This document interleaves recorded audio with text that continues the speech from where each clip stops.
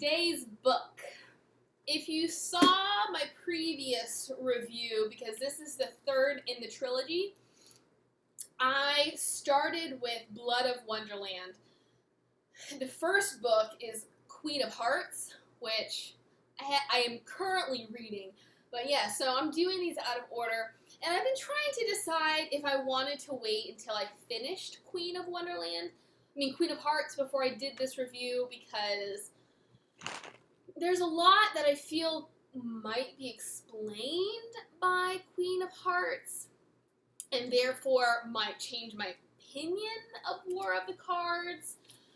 But I decided just to get this one out of the way, because I'm already forgetting kind of how I felt in certain details. So I'm just going to go ahead and do it. Let me first say, I really enjoyed Blood of Wonderland. A number of people I've seen did not like Blood of Wonderland. They kind of felt like it fell squarely in that middle book category.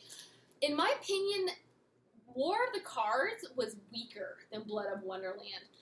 And it's probably because there are things that I did not get because I have not finished the first book. But I will get into that shortly. If you cannot tell, this series deals with the Alice in Wonderland story. Folks, that is kind of her thing, is she explores secondary characters from well-known stories. The other series that she has is the Wendy Darling series, which, yes, that is Peter Pan, and he tells the story through Wendy's eyes. And so this one is through the Queen of Hearts' eyes, and in the series, her name is Dinah. Why Colleen went with the name of the cat, I don't know, because she's so good at connecting the characters to the counterparts we're familiar with. So every time I hear the name Dinah, I think of a cat, and she has nothing to do, well, I don't know if that's quite true. I was going to say she has nothing to do with the cat, but if you've read the series, or if you saw my review of Blood of Wonderland, you'll know that Cheshire ends up being Dinah's father, and we all know the Cheshire Cat, so maybe that's why Dinah is named Dinah, because Dinah is Alice's cat. I don't know. That is trivial. It really makes no difference. That's just how my brain works. So War of the Cards, as I said, I feel like it's weaker than Blood of Wonderland. It's not a bad book, but I'm just ambivalent about it. I don't know much about Queen of Hearts, but what I do know is that these are kind of each a book, they're a progression of Dinah. So Queen of Hearts really introduces Dinah, introduces this world of Wonderland, and Dinah is obviously kind of at her weakest point. You know, she's the most naive. And then in the Blood of Wonderland, she has escaped from Wonderland, escaped from her father, the King of Hearts, and now she's having to grow into herself. And then in War of the Cards is when she's coming back to Wonderland to take her rightful place as queen, and in doing that she has to incite a war against her father. Blood of Wonderland is where she was developing, and then so I naturally assumed that War of the Cards is when she would become the bloodthirsty queen we're all familiar with. I, of course, was wondering really how Oakes was going to handle it. Was it going to be more of a misunderstanding like Gregory Maguire's Wicked, in which Elphaba, who is the Wicked Witch of the West, is not actually wicked, she's just misunderstood? Or was Dinah going to become this dark character who, because of certain events, was just going to be unable to resist that darker side of her nature? So War of the Cards opens up with Dinah coming back to Wonderland, whereas in Blood of Wonderland, she had allied herself with their enemies, the Yurkei, and so she has the Yurkei as well as one of the factions of cards. We all know a deck of cards has diamonds, clubs, spades, and hearts. The spades are sort of the dregs of society, the ones who are forced into becoming a card in order to get out of like a prison sentence, or if they've done something wrong, like they can get out of punishment by becoming a Spade. So all of these Spades and then some other deserting cards have joined forces with the Yurkei and Dinah. So we are on the verge of war. We are seeing how the Yurkei and the cards dislike each other and how there is dissension in the ranks because of there's just bad blood. And obviously, Dinah has to figure out how to unite her army in order to succeed. And this was really surprising for me because I hadn't expected them to go to war so quickly. Obviously, in War of the Cards, they are already on their way to Wonderland. So there wasn't really a whole lot of wiggle room in War of the Cards before the war would have to happen. But usually in novels or series where a war is inevitable, it takes place at the end, and we just end with a victory or whatever, and then we have the epilogue that shows what kind of, we have to follow up with our characters. But in War of the Cards, it basically starts with the war. So I guess the almost first half of the novel is the war. And then the second half of the novel is about Dinah as queen and how she is going to differentiate herself from the King of Hearts, how she is going to adjust to this new role, and about the people in her life and kind of tying up all of those loose ends. And that is the part that I thought brought the novel down, that maybe could have been better if I'd had more information. So maybe I'll do an addendum to this, a little PS, about maybe what I think after finishing Queen of Hearts. There's not a whole lot of plot that I can give you outside of what I've already said, where we open with the war. Spoiler alert, Dinah wins. The Yurkei chief cuts off her father's head. A couple of important people die. And then Dinah is queen. Wardley is her love interest. I don't know too much about him because he's not a huge part of Blood of Wonderland, but what I do know is, obviously, she's in love with him. He shows up with the Spades, and then he rejects her. We don't know why, but now she is heartbroken, and so I am thinking that is going to be part of what turns her dark. We find out, here's your spoiler, that Wardley is in love with Vittiore / Alice. So Vittiore is the girl that Dinah's father had brought in Queen of Hearts to be queen.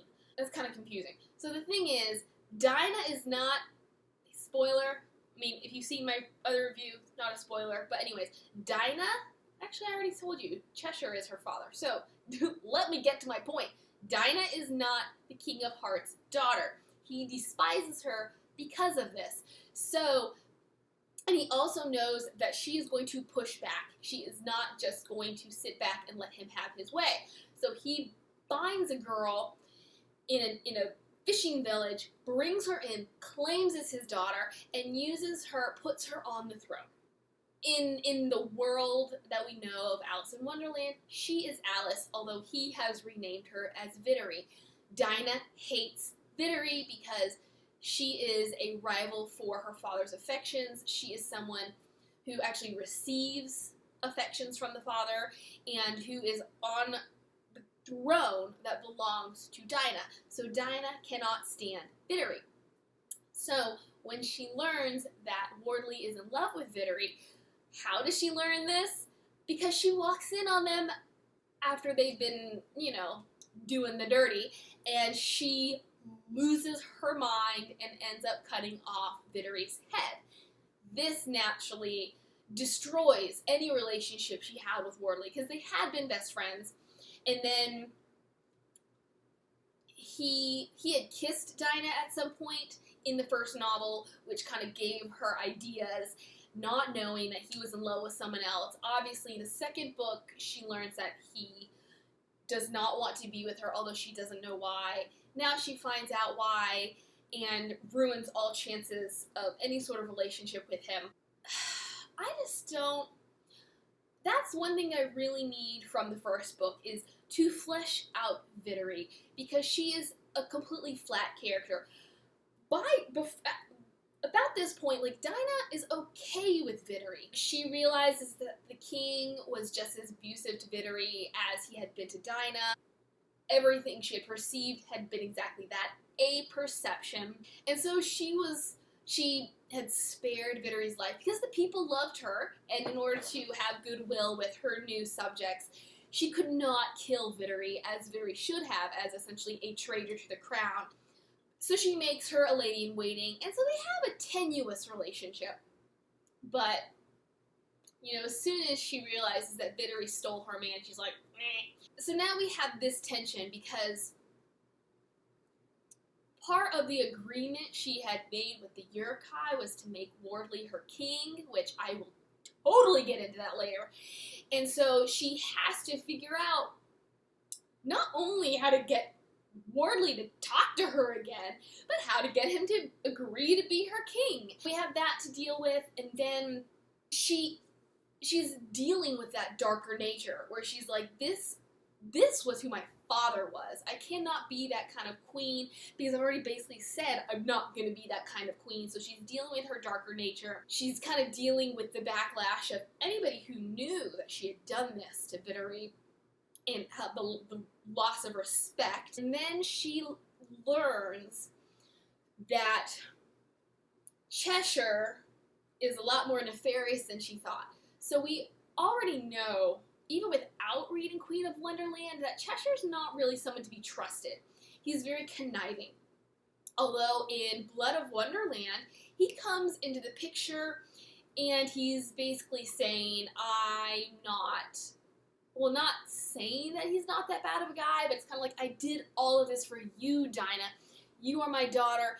I loved your mother. So we kind of see him in a new light. Like, maybe he's not that bad. Maybe, again, he's just misunderstood. But we learn Dinah had a brother who, not all the way there mentally, but a sweet kid. And she, in the first book, believes, so he is murdered, and she's under the impression that the king had done it. Turns out that Cheshire had done it.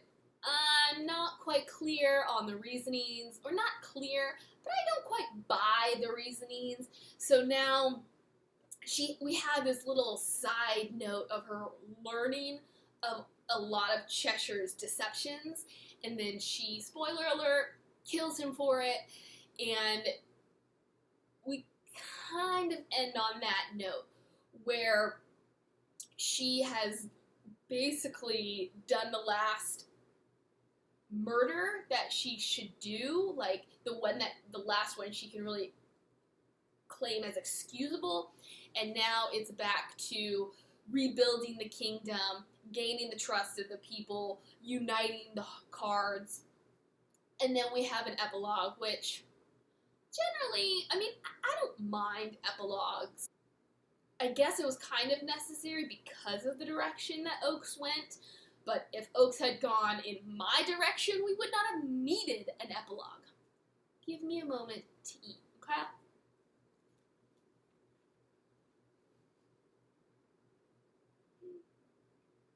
Alright, now that I'm fed and watered, let's get into what I thought.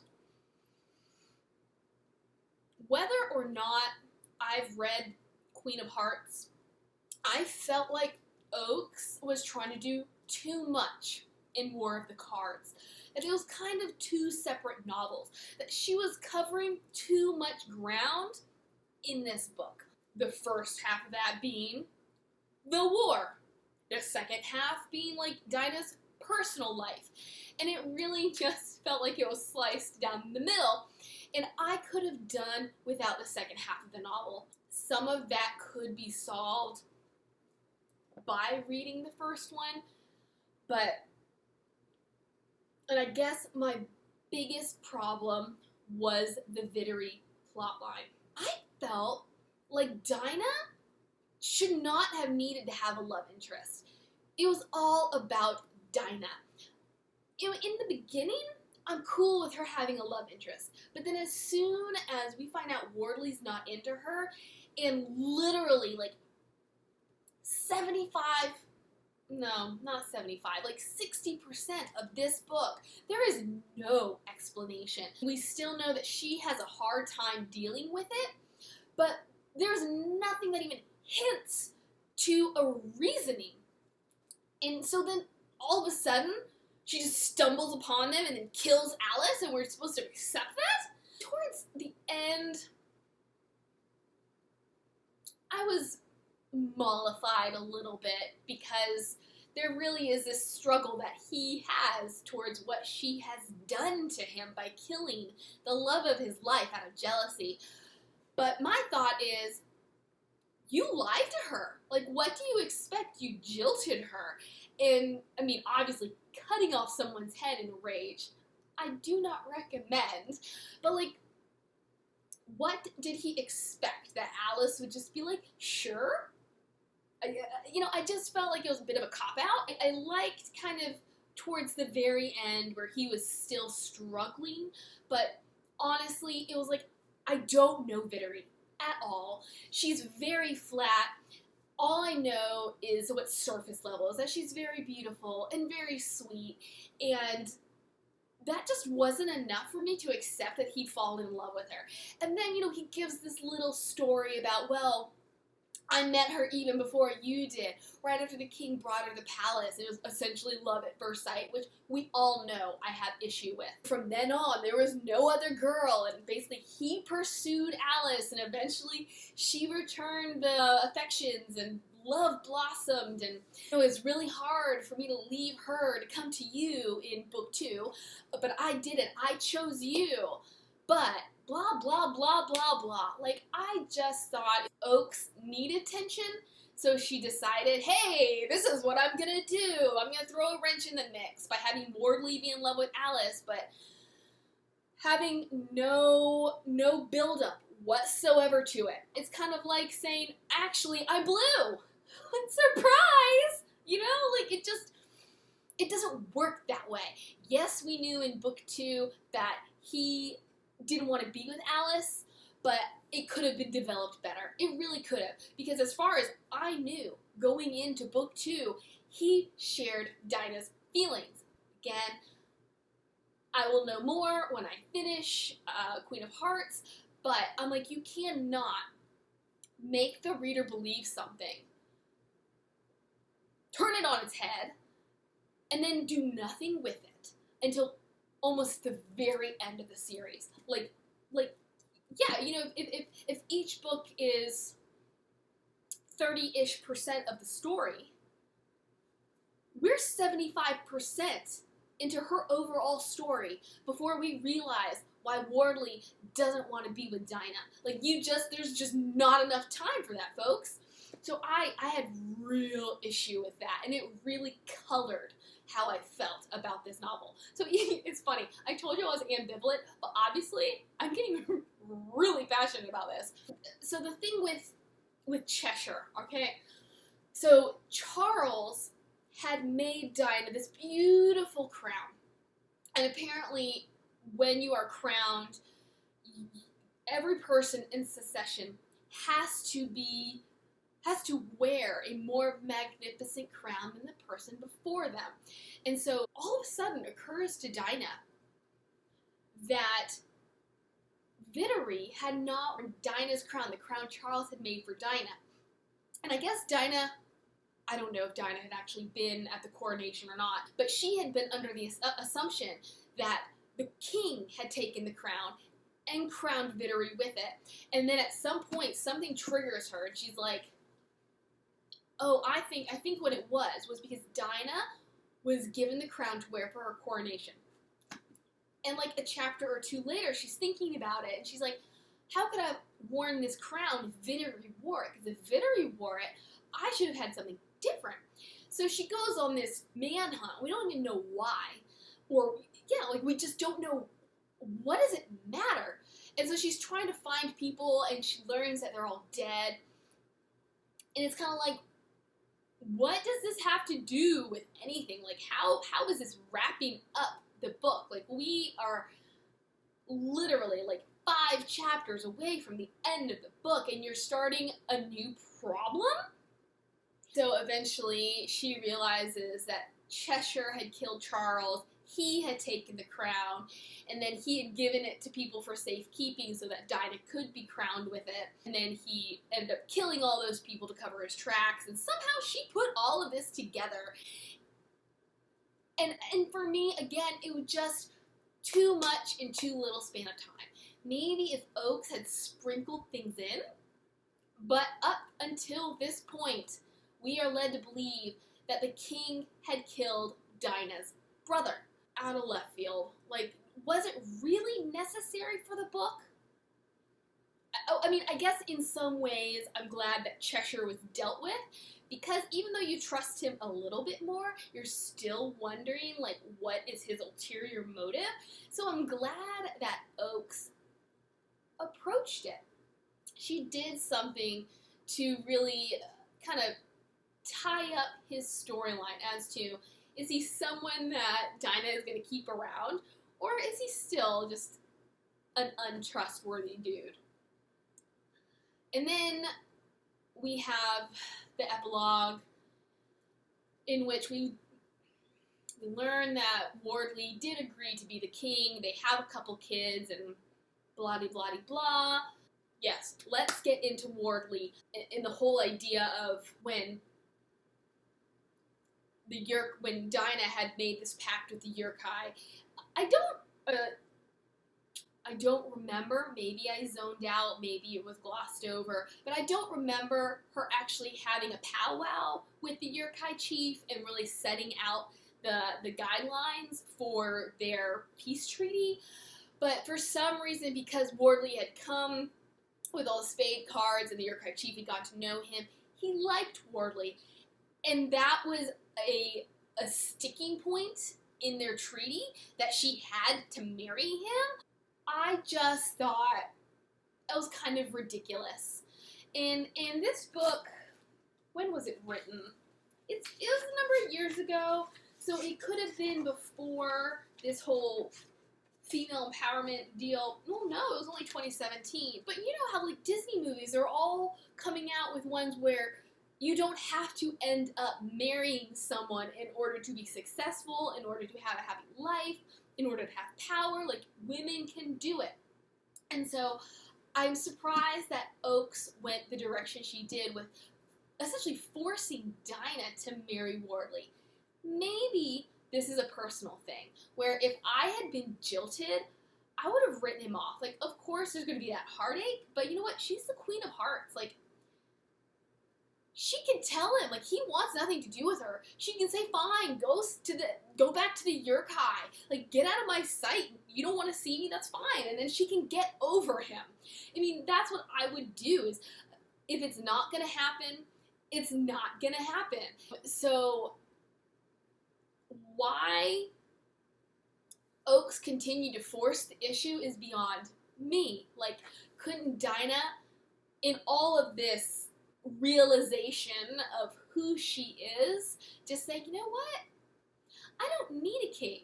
And, I mean, I don't think they necessarily have to get married. Like, kings and queens, I guess it's more about a succession than an actual, like, you have to be married to be a ruler.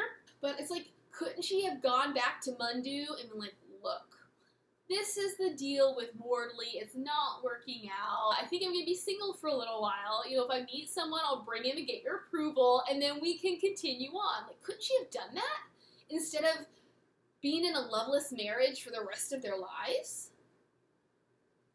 I can't say it was a bad book. I just would have gone a different direction.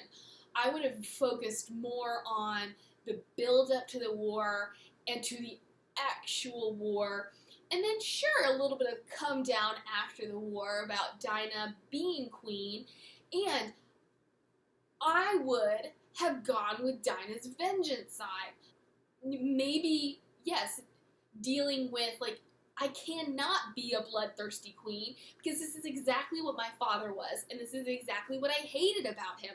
So even though that's part of my nature, that's something I have to fight, and with 2 fewish exceptions, that was not a big deal of the novel.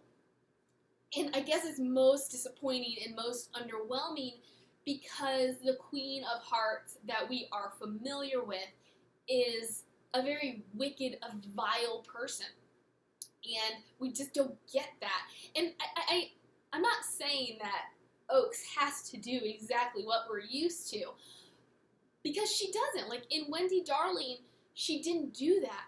But she skated that fine line between what we knew and what she wanted to portray.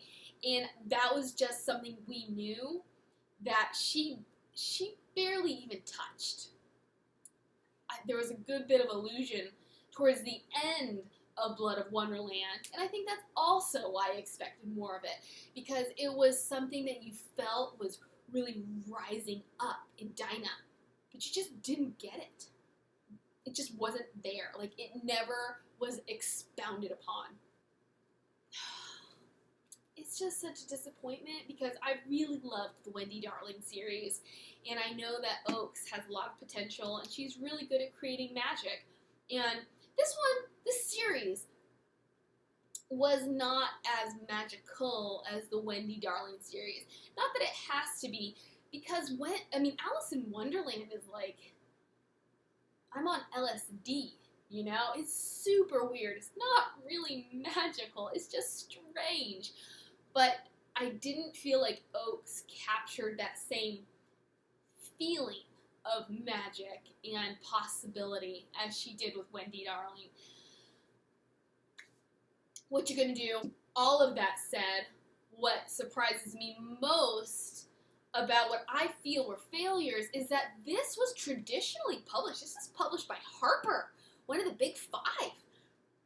And the fact that they let it slide, if you've read it, let me know what you think. Do you think she tried to do too much? Because maybe it's just me. And if maybe it's just me, then that's why HarperCollins let her get away with it. Because they thought that she created a complete story.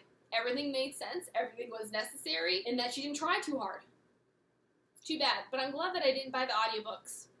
You know, this one took me a really long time to read because I guess I wasn't motivated.